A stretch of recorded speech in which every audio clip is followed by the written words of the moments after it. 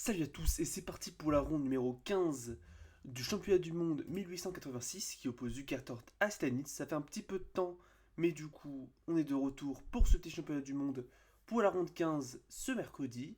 Et du coup Zukertort est actuellement derrière Stanitz, il y a 7,5 à 6,5. Zukertort a les blancs, Stanitz a les noirs. Et du coup on peut y aller. Zukertort commence par D4. Donc on a vu dans ce championnat du monde que Zuckertort jouait beaucoup de D4, hein, il est plutôt apte pour le pion dame. Et du coup il joue ici sur le pion central, il va vouloir venir jouer les trucs qu'il joue d'habitude. D5, C4, E6, KS3, cavalier F6, donc je passe assez rapidement, mais c'est une ouverture qu'on a déjà vu beaucoup dans ce championnat du monde. Les blancs et les noirs se développent, et ici, Zuckertort va encore surprendre euh, Stanis, dans le sens où il a joué ici E3, il a joué cavalier F3, il a joué fou F4, et là, il joue fou G5. Un coup intéressant, maintenant une ligne principale qu'on appelle variante moderne. Le but étant de venir clouer le cavalier, rapidement jouer E3, cavalier F3, depuis le fou et roquet. Donc le but c'est vraiment juste de jouer un développement qui est très rapide et très harmonieux. Stanis a plusieurs choix, mais il va ici répondre avec la variante pseudo-tarache, et ça commence avec C5. Enfin, du coup, ça s'appelle la subit-arrache. Apparemment, c'est pas comme, mais c'est la pseudo-arrache. L'idée, c'est que Stanitz ne va pas régler le problème du clouage, mais veut plutôt venir chasser au centre. Rapidement venir manœuvrer ses pièces, faire en sorte que tout soit en jeu. Ici, plusieurs coups sont possibles. Mais du coup, là, en réalité, un seul coup est vraiment bon, et théoriquement, encore aujourd'hui, c'est le seul coup qui est massivement joué, c'est C prend D5, le but étant de prendre ici au centre et en réalité de causer des problèmes. Ici, Stanis va d'ailleurs faire une erreur maintenant à présent tactique. Un bon coup serait ici simplement C prend D4 pour contre-attaquer sur le cavalier, et après Dame prend D4, fou E7, attention ici, le pion est cloué, hein, les blancs ne pourraient pas prendre, E4, E prend D5, fou prend B6, K et D6 et cavalier prend D5 par exemple, je montre une partie faisable, mais c'est une ligne qui peut arriver en partie actuelle, et ici j'ai pris une partie qui s'opposait entre Kogler et Spanton en 2023. Mais du coup c'est une ligne très, très possible, où les noirs sacrifient un pion mais veulent avoir beaucoup de développement et de pression, et la position est relativement égale. À la place, Stanis va jouer le coup naturel, le coup humain qui est E prend D5. Mais ce n'est pas très bon. Pourquoi? Parce que du coup, on va voir ce que va jouer Zucker Tortin.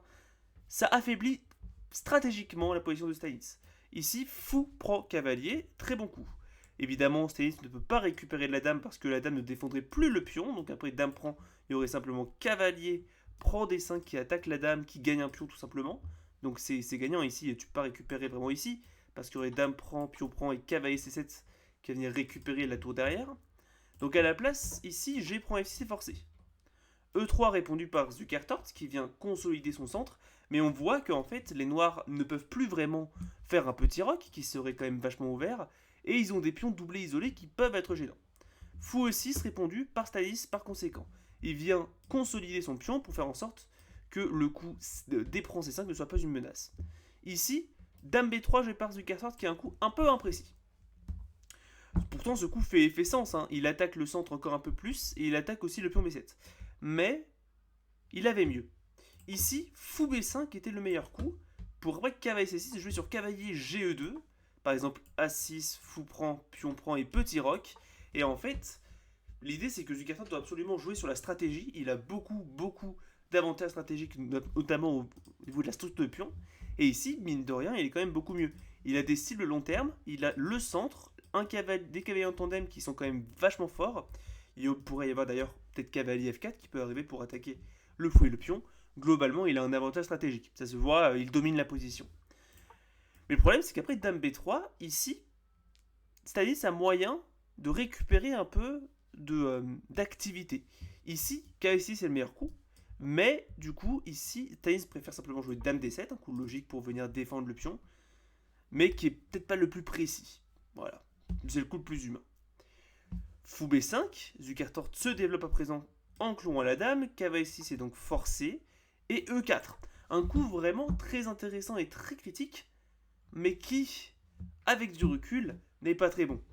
Pourquoi? Parce que en fait, les problèmes que les blancs causent aux noirs ne sont pas concrets, et les noirs peuvent largement s'en sortir. Un autre coup qui aurait été mieux aurait été cavalier GE2, toujours pareil pour se développer rapidement roquet. Mais pourquoi ça ne fonctionne pas? Eh bien, on va voir la réponse de Stannis. Ici, il va répondre grand roc, un magnifique coup qui vient se mettre en plein dans l'attaque, mais qui en fait est très fort. Pourquoi? Parce que le roi s'échappe des colonnes ouvertes, donc il se met à l'abri entre guillemets, mais sans se mettre à l'abri. En gros, c'est vraiment une solution de dernier recours pour surtout venir défendre en fait le pion et faire en sorte aussi de peut-être avoir un bon contrôle de la colonne D. Donc globalement ici, c'est compliqué. Des autres coups ne marchent pas d'ailleurs. Par exemple, un coup comme Dame prend E4 ne fonctionne juste pas à cause de D5, qui fait une fourchette, c'était une idée de Zukertort, et ici la dame et le cavalier défendent. C prend D4 aurait pu être joué, mais ici après cavalier prend D, petit roc et tour C1, c'est pas si clair. C'était probablement le plan de Zukertort, mais c'est encore égal en réalité, hein, si les noirs jouent précisément. Ici, il faut jouer, il faut prendre D5, et c'est vraiment très très critique, mais c'est égal. À la place du coup, grand roc. Et en fait, Zukertort n'a pas l'occasion de mettre la tour sur la colonne ouverte. Ici, il va devoir être précis si lui ne veut pas perdre. Parce que ici, par exemple, C prend D4 est menacé. Par exemple. Donc ici, E prend D5 est forcé. Pour venir attaquer sur les pièces noires et forcer une réaction. Fou prend D5 est forcé. Cavalier prend D5, Dame prend D5, Dame prend D5, Tour prend D5. Pour l'instant, il y a un échange massif. Mais quand on regarde en réalité, ici, le côté qui s'en sort bien, c'est surtout les noirs en fait. Ici, Zukertort répond avec Fou prend C6, B prend C6, D prend C5 qui se débarrasse de son pion. Fou prend C5, et ici, quand on fait un état des lieux, mine de rien, Zukertort est moins bien. Parce que Stannis a des pièces qui sont hyper actives, et il a un fou dans une position qui est très ouverte, les tours qui vont rapidement s'exprimer sur les colonnes ouvertes. Les blancs, eux, ont des tours qui sont inutiles, un roi qui est encore au centre, hein, donc des tours inutiles. Un roi encore au centre. Oula, il y a un petit problème. Voilà, tac.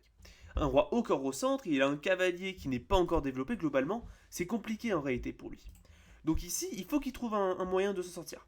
Ici, par exemple, les noirs menacent un coup comme tour E8, suivi de tour D2, pour vous dire. Par exemple, si jamais je joue H4, tour E8 échec, tour D2, j'attaque, je menace ça, c'est complètement perdant. Donc c'est pour ça que le meilleur coup, le seul coup qui tient encore un peu l'égalité, c'est cavalier F3 pour venir consolider la case D2, empêcher tour D2.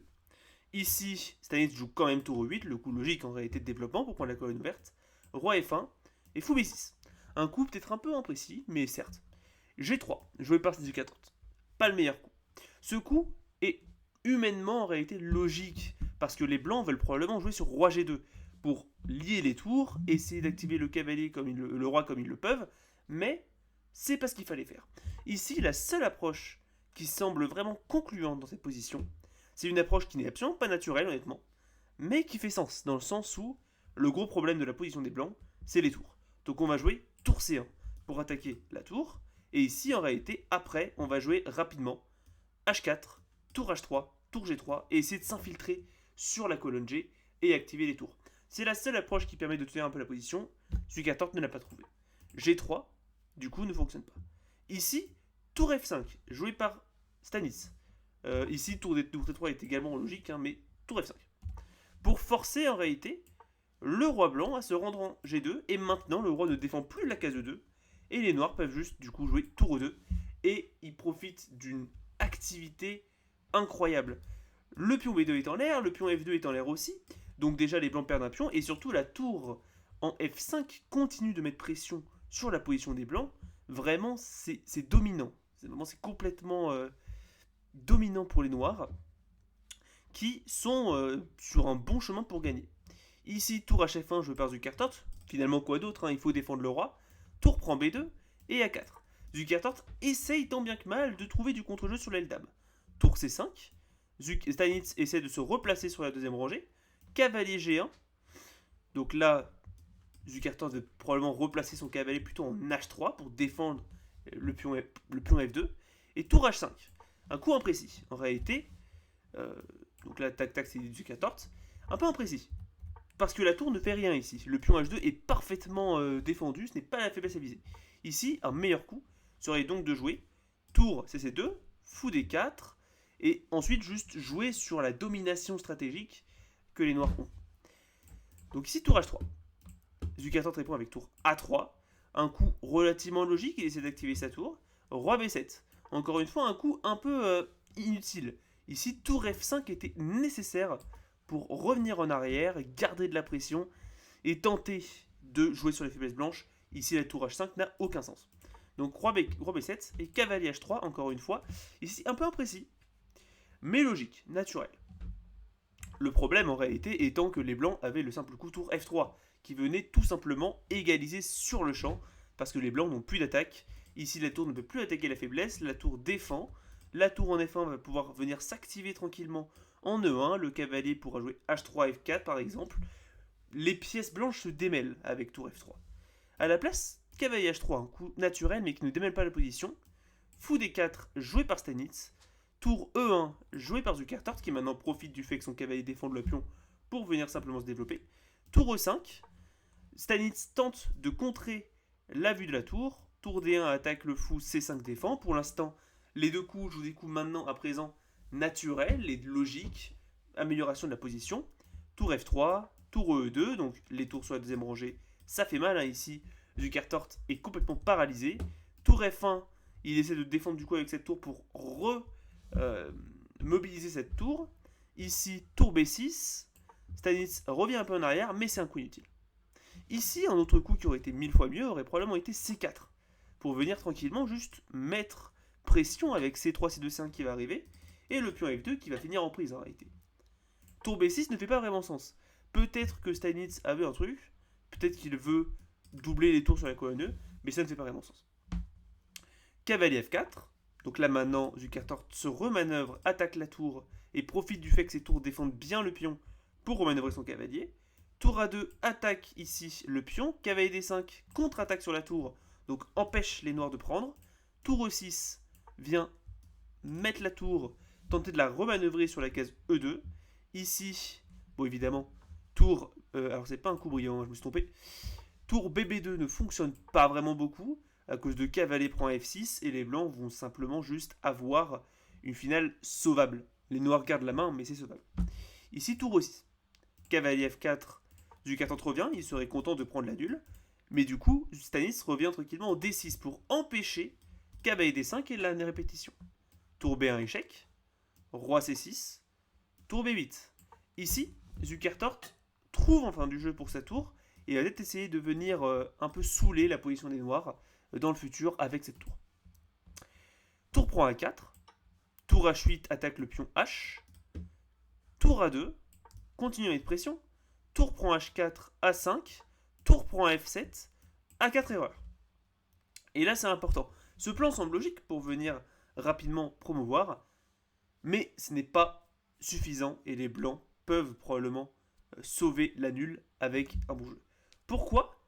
Le pion est le plus loin, certes, mais la tour peut toujours se rendre en A7 en réalité pour défendre. Alors qu'ici, ce pion va pouvoir filer. Et c'est compliqué vraiment d'arrêter ce pion sans donner du matériel. Et du coup, le contrôle des blancs est énorme. Ici, H4 est donc joué par les blancs. Pour venir juste continuer à mettre pression. Tour D7, répondu par les noirs. Qui viennent du coup simplement tenter d'empêcher ce fameux plan avec tour A7 que je vous ai dit. Tour prend D7, roi prend D7, H5, Zukertort continue, roi E7, H6, roi F7, H7, roi G7, cavalier E6, roi prend H7, cavalier prend D7, C prend D4, et là, on finit après tour D3 sur une finale miraculeusement sauvée, en tout cas pour l'instant, où mine de rien, les blancs vont pouvoir du coup récupérer ce pion et on finit avec une finale 2 pions contre 2 pions et tour contre tour. Donc là c'est intéressant et on va voir comment du coup ils vont finir la partie, mais ici la finale est complètement égale parce que même si jamais les noirs tentent de pousser, en réalité la tour pourra toujours se rendre sur la colonna pour contrôler les cases. Tour B2 joué par Stanitz qui est peut-être joué sur tour B3, A3, A2, peu importe. Tour prend D4, attaque le pion, A3, tour A4, A2, donc ici Stanitz commence à mettre pression, mais le problème c'est qu'il est paralysé. Tour B1 n'est jamais possible à cause du tour prend A2, bouger sur la deuxième rangée ne fait pas sens. Donc ici, G4, il joue roi G6 pour tenter de s'activer. G3, roi F7 et F4. Et ici, les deux joueurs se mettent d'accord sur l'annul, parce qu'il n'y a juste plus de jeu. Hein. Ici, il n'y a plus grand-chose. Les noirs ne peuvent pas promouvoir leur pion. Donc ces deux pièces sont un petit peu enfermées. Et du coup, ils vont probablement juste prendre une répétition avec tour B3, tour B2, etc. etc. Ou alors, les noirs pourront venir causer des problèmes sur la tour. Et ça va minimum répéter la position. Mais c'est égal. Donc du coup, une nulle pour cette 15e ronde. Ici, du coup, Stanitz continue à garder son avantage. Il est présent à 8-7. Donc, voilà. Alors, par contre, il me semble que je me suis trompé. Donc, à partir de la ronde prochaine, ce ne sera plus le même système de comptage. Parce que je me suis trompé. C'est pas sur les points totaux, mais sur le nombre de victoires. Donc, vous allez voir, c'est pas forcément pareil. Mais tout ça pour dire une petite nulle de Zukertort, qui garde du coup une victoire de moins par rapport à Stanitz. Donc, il reste en position un peu ardue. Mais du coup, une partie que je trouve relativement belle, même s'il y a eu des erreurs au niveau du milieu de jeu et de la finale. Mais du coup, voilà, c'était la 15e ronde du championnat du monde 1886. Je vous dis à bientôt pour une prochaine vidéo ou la ronde 16 du coup de ce championnat. Et je vous dis à plus. Abonnez-vous et likez la vidéo si ça vous a plu. C'était Dragon Alpin. Tchuss.